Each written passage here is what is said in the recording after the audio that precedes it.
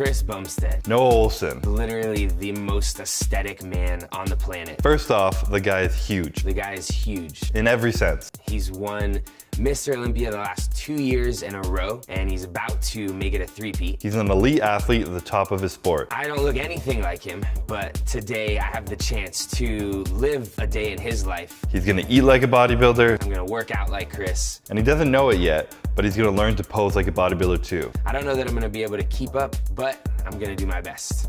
Chris just moved down to Florida. I'm excited, he's not too far away. It just makes sense for us to link up today.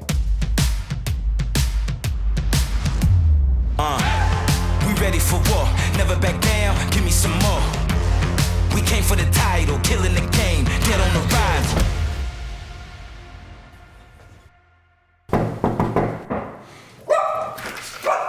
Hey, what's up, pup? Most important greeting right there. What's up, man? Nice to meet you, man. I heard somewhere that Daddy Cbum is your nickname. Does that have to do with having like an elderly personality, just kind of an old chill guy? I don't know if, maybe that's where it came from. People You have started no calling idea. me dad. I don't know why. My whole fitness journey started in the bodybuilding world. Definitely not to the extent that you're doing it now. It was just the same way that it does for every like high school age male, where you want to get big just because. And so I started doing that for a while, but then I transitioned into CrossFit about 11 years ago. So I'm not as familiar with all of the fine details of this level of bodybuilding. So I want to kind of learn some of the ins and outs of it from you today.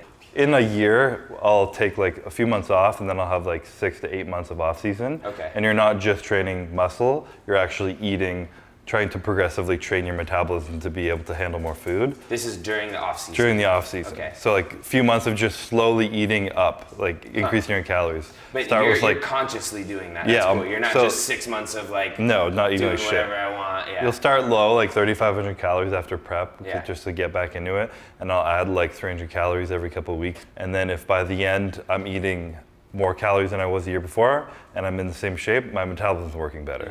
What does your eating look like now, a month out from the Olympia? Usually when I'm in prep, at least when my calories get really low, I like to really push my, like when I eat back, because I get cravings and I get really hungry later in the day. Yeah. So if I don't eat breakfast until 11:30, and then I can eat again in 2 hours and again in 2 hours, and it feels like better. Yeah. Because for some reason I'm not as hungry in the morning. Okay. So I just wait to eat breakfast as late as possible, like around That makes noon, sense. and then it makes the rest of the day easier. I really try and just focus on every year that's in front of me. One at a like time, right now, I yeah. just want to win the next one. And depending how I feel after that, if I'm just driven, I want to keep going, like I'm going to keep going. I'm fueled up. Yeah. You want to get going to the gym, or? Yeah, let's do it. Do you care what we train today, or chest day? So it's a good day. Isn't chest day every day in the bodybuilding It is. world? It's not Monday, but it's still chest day every day. Perfect. But yeah, let's get to it. Awesome. Yeah. Sounds good, man. Game time. Chest. Let's do it.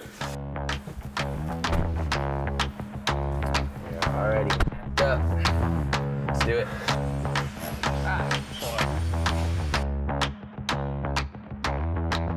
Bodybuilding is kind of taboo for whatever reason. Like, even though it's something that we all started doing, like I transitioned from more bodybuilding style training, everybody makes fun of the guy in the corner doing the bicep curls, right? yeah. So it's interesting. I don't know why that is the case, but hopefully we can maybe help bridge that gap a little bit. I've never understood that myself. Just You're pushing your body to competitive insane athletes. limits. You're a very competitive athlete. Totally. And you have the actual performance side, whereas like bodybuilding, you step on stage and your work's done, you're presenting and the posing, but you're not competing. I'm not in a race against you, I have to beat you to do this, or we'll lift more than you. It's just like I look better. Yeah.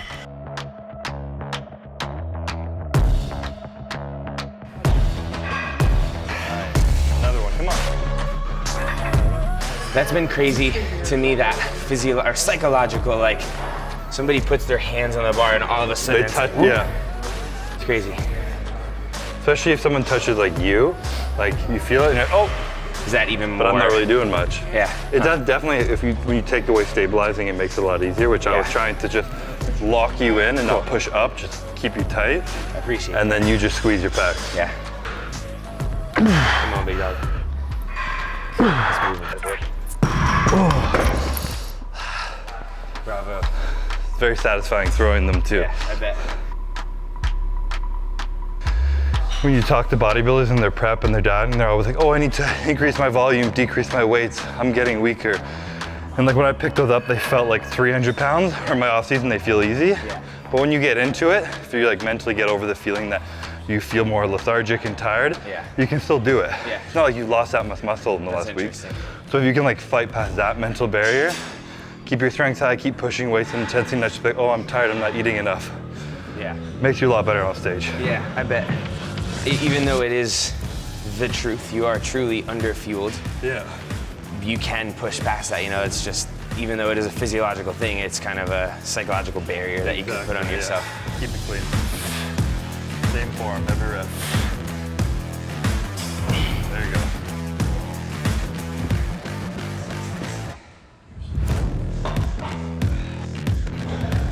Strong boy right there.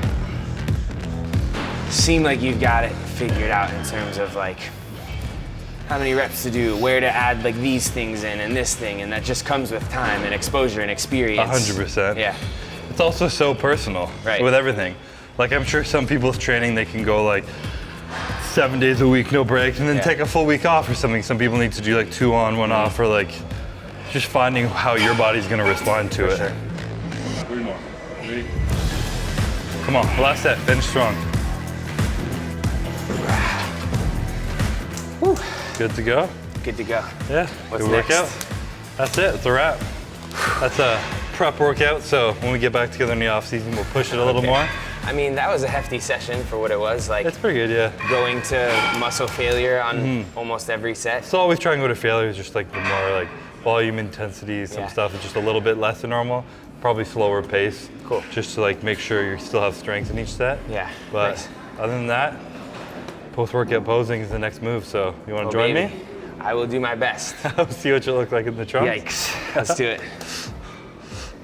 Let's do it.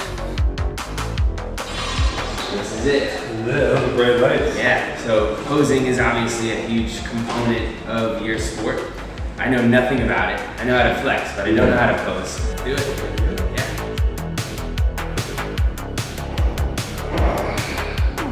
You gotta push forward. Chest up. Yeah, so bring your arms forward too.